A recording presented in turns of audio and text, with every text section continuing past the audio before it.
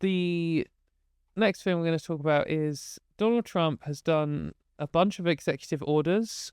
I think as we talk, there might be a new one out. Probably by the time you watch this video, if you're watching it back, there's even more. They've done a bunch of executive orders trying to make trans people's lives worse, trying to eradicate trans people from public life entirely. Like true genocidal intent here. They just want the group of trans people that exist in the USA to not exist in the USA.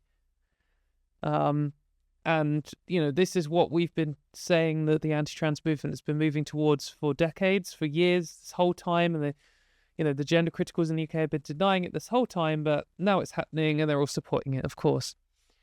But they've written this document, and basically what they've tried to do is say they've just tried to legally enforce the gender critical position. So this is done, American politics is very different to lots of other countries, very different to the UK. In the UK, if you get a new prime minister, they couldn't just come in and change the law just by writing a document. That isn't how it works. But also I know that when presidents in the US do that, there can be legal challenges. It's up to judges and all kinds of things. You get all this mess where it bounces back and forth for a little bit.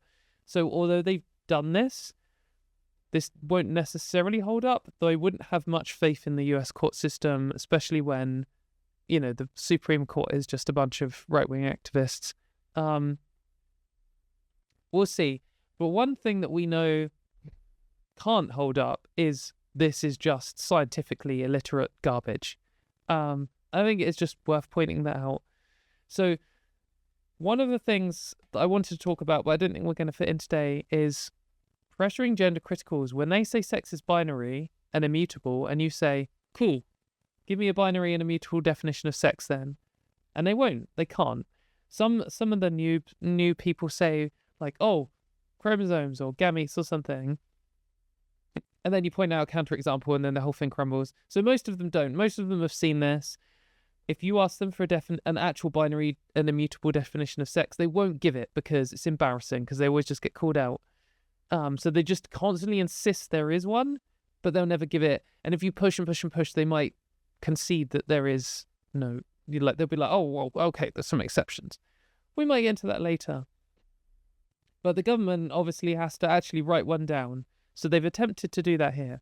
They've said, A, sex shall refer to an individual's immutable biological classification as either male or female. So they're just straight up saying it is binary and you are one of the two. And sex is not a synonym for and does not include the concept of gender identity. Okay, so they've just declared that it is immutable and they've said that it is binary. So the standard gender critical blind claim, sex is immutable and binary. Okay, let's find out then what this actual definition is. Women are women and girls are girls should be an adult, juvenile, human, females respectively. Same for man and boy. Then they say, here we go, we're actually getting a real definition here. Female means a person belonging at conception to the sex that produces the large reproductive cell. And male means person belonging at conception to the sex that produces a small reproductive cell. So two obvious things jump out right away at this. The first thing is, what happens if you don't have any reproductive cells? Plenty of people are born without either. Or, in a very rare cases, some people are born with both. So these two lines scientifically, factually, observably conflict with this. This claim here, A, and D and E can't all be true. They're just observably incorrect. You could say, if you ignored A, you could say D, you could assert D, and you could assert E, and then you could say, oh, there is at least one other group which doesn't fit into this. You could say, there are female people, there are male people, there are people who are female and male, and there are people who are neither. That is a claim you could make. If they made other points and they got rid of A, then at least it wouldn't be logically inconsistent with what is just trivially observable in humans and every other animal there is, or every other animal that has more than one sex, and etc., etc. You know what I mean? It is just a simple fact of reality that D&E do not create a system which is binary and splits all humans into one of two boxes. It just does not do that. That's just an observable fact. And that is like the classic gender critical stumbling point. They always pick genitals, chromosomes, or gametes, or gamete potential, which we will come on to later. And whichever one of those they pick, you're going to be like, what about the people who have both? What about the people who have neither? What about the people it's ambiguous and you can't tell? It applies to all of it. This just does not hold up. The other very important thing to point out, other than the fact this is scientifically illiterate garbage, and, you know, this is the kind of thing where, oh, okay, maybe someone sues and then it goes to the court and then the next highest court and then Supreme Court, and then the Supreme Court's like, no, we're holding this up because we're a bunch of fascists. Well, this is just in conflict with like measurable, observable reality. There are going to be people born who do not fit into this at all, and you're either going to have to just force them into a box or eradicate them or pretend they don't exist or something. But it's just going to be constant conflict with reality, this ruling. The other thing that really stands out is this at conception. So firstly, your sex isn't like... Obviously, the people writing this believe that you have a soul and your soul appears at conception, and conception is just when, like, sperm and egg meet. As soon as they touch, pow, you have a soul, and now you also have a sex, and that's it. Done. That's how it works.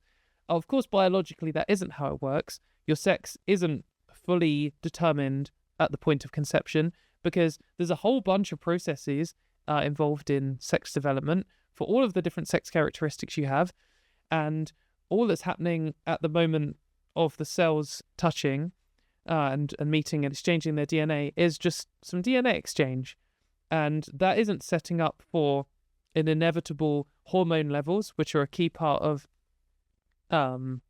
sex development, or other things that could happen, like very rare mutations through like cell replication and stuff, which does happen, and also rarely in the cases where two fertilized zygotes fuse into one person, or, you know, in animals as well, there's examples of that happening. So it is also factually false to say at conception. But what is really important is that they are trying to do this at conception thing. This, you have a soul at conception, you have a sex at conception, this, you are a person at conception, because this is like screaming to me of like anti-abortionist rhetoric, propaganda. Like, if you were really pro-abortion and really anti-trans rights, which some people claim they are, some gender criticals claim to be feminists and also anti-trans, you would be red flagging at this language, because you're saying that there's this, you know, properties of humans becoming a thing at conception, at the moments of cells touching, not through some developmental process like every single aspect of your body and your personhood, you know, over a series of 9 months. Okay. But no, in one instant, in shorter than a nanosecond, literally, pow, you now are a person and you have sex. That's you have a sex. You not that you have sex. Yeah, this is clearly anti-abortionist rhetoric, and that would stand out to anyone, any feminist. I think most of the people watching this will be like, wow, yeah, that isn't how the science works, and also this looks like an anti-abortionist wrote it. So you know what that means, don't you? That means that the UK's gender critical movement fucking love it. So here we have Mayor Forstater, CEO of anti-trans activist group Sex Matters. I'm really never sure what I can safely legally describe them as, because I live in the UK and they're a UK group and they have loads of money and they do not respond well to criticism, and we don't have freedom of speech. But yeah, they spend every single penny of the money they earn either on paying their staff or on trying to ruin trans people's lives. This is the mayor Forstater who J.K. Rowling came out as transphobic to support, who claimed in her tribunal that she simply believed that sex is binary and immutable, and that's it. But obviously, here she is campaigning to remove trans people's rights based on that, which is the issue. But she says, Sex Matters welcomes the US President Trump's executive order reaffirming the legal status. They always have to say, like, gender critical people always have to say things like reaffirming, restoring, like, even though this is a change away from the normal, away from reality, away from what has been the norm for, decades. In fact, this is new. This hasn't been, like, in the UK, hasn't been the case for a long time, but in the USA, I don't know, has it ever been the case? Reaffirming the legal status of the two sexes, male and female, across America's federal government. This is a bold and necessary step in the fight back against trans activism. Trans activism, of course, being one word here because it's not really activism, according to them. An ideology which prioritizes identity claims over materiality. This is the people who are saying that, oh yeah, all the exceptions, all the people who don't fit into our definition simply don't count. And also, even though earlier we were all complaining about how trans women pass and our representatives and stuff are mistaking cis women for trans women, we were also claiming that trans women are immune to sexism somehow, and that's why we need to take away their rights, like protections from sexism. Like, truly delusional language here, and seeks to prevent the use of ordinary language to express ordinary facts. That's just common sense, isn't it? It's just common sense. It's like, oh yeah, okay, well, we have a person here who doesn't produce any gametes. That's not ordinary language. That's not ordinary facts. Get out of here. Just complete garbage. It's just such a joke that this group is taken seriously at all.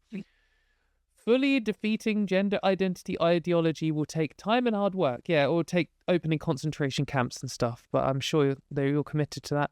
But this executive order is a game changer in the fight to protect women's rights. Protect women's rights. Extra space here. Protect women's rights. Like, this is Donald Trump, like the guy who set up the stage for removing abortion. And let's just finish this quickly, but just remember this point. And defend children from the harms of gender medicine, both in America and elsewhere. So, top comment. Supporting a rapist and a racist as long as he hates trans, eh?